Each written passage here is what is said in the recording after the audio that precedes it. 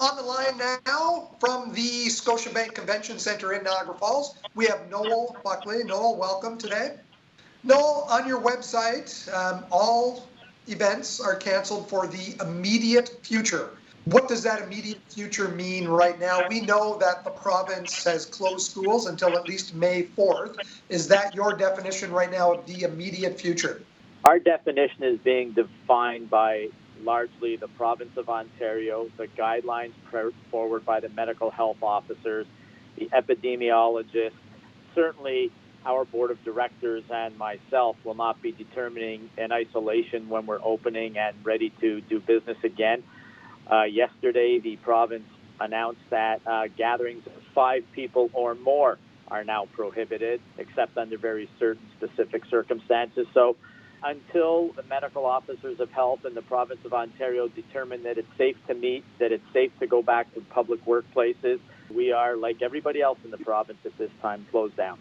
Do you have an idea? Do you have a number? How many events were actually canceled or postponed to this point? We're working on repositioning, reallocating, canceled or postponed style of events, somewhere in the neighborhood of 40. One of the biggest ones, one of the most publicly known ones would be Comic-Con, and they have a new date in September. What are some of the other ones that we might not be as familiar about? A lot of meetings and conventions that take place in this building that aren't public meetings. So there would be, a very significant number of those. Other public events have been canceled, include things like the Imagination Movers, which were scheduled to be in the theater during March break, choral groups, dance groups, home and garden shows, a variety of public-type shows that people are used to seeing here. But over and above that, and significant economic consequence for the city and the destination, are things that would include large conferences, meetings, that include not only significant programs here, but significant room nights throughout the destination. It's a huge impact. Definitely affects everybody in Niagara Falls. There's a big trickle-down factor when something like this happens and the convention center has to cancel these events or postpone these events.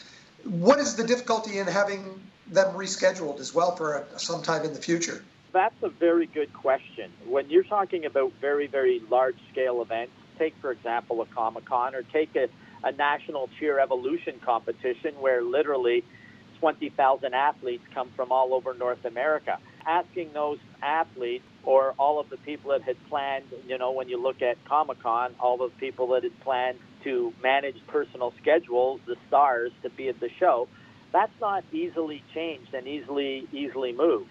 Another example would be if you were to have a significant private conference or private meeting or convention, and you're planning on delegates coming from all over Canada and all over the United States and or the world, it's not easy to reschedule these events. You just don't say, we'll postpone it. It's not like you're postponing a trip to the grocery store or a trip to visit your relatives or a trip even up to the cottage.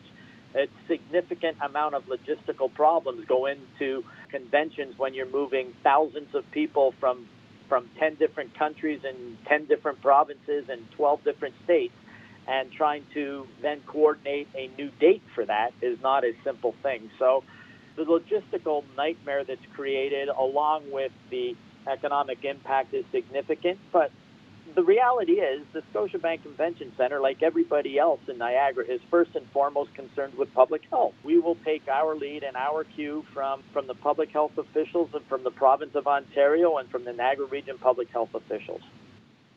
Noel, any concern that it will be difficult to bounce back from this, that people's habits might change? Maybe some of those conventions would now go to an online platform instead? I really don't know. It's very difficult to speculate. I think that, we're doing this on audio call. We're not in person. But the reality is that I still think people are going to want to meet face-to-face. And in some respects, I think this self-isolation that is taking place and the quarantining and the social distancing is going to create a need for people to want to, again, be out and be together. So I'm not a prognosticator. I don't know what the outcome will be, but I don't think it's easy to say one way or another where things will be completely going to a different way of meeting or whether people are going to completely want to get out and meet in person.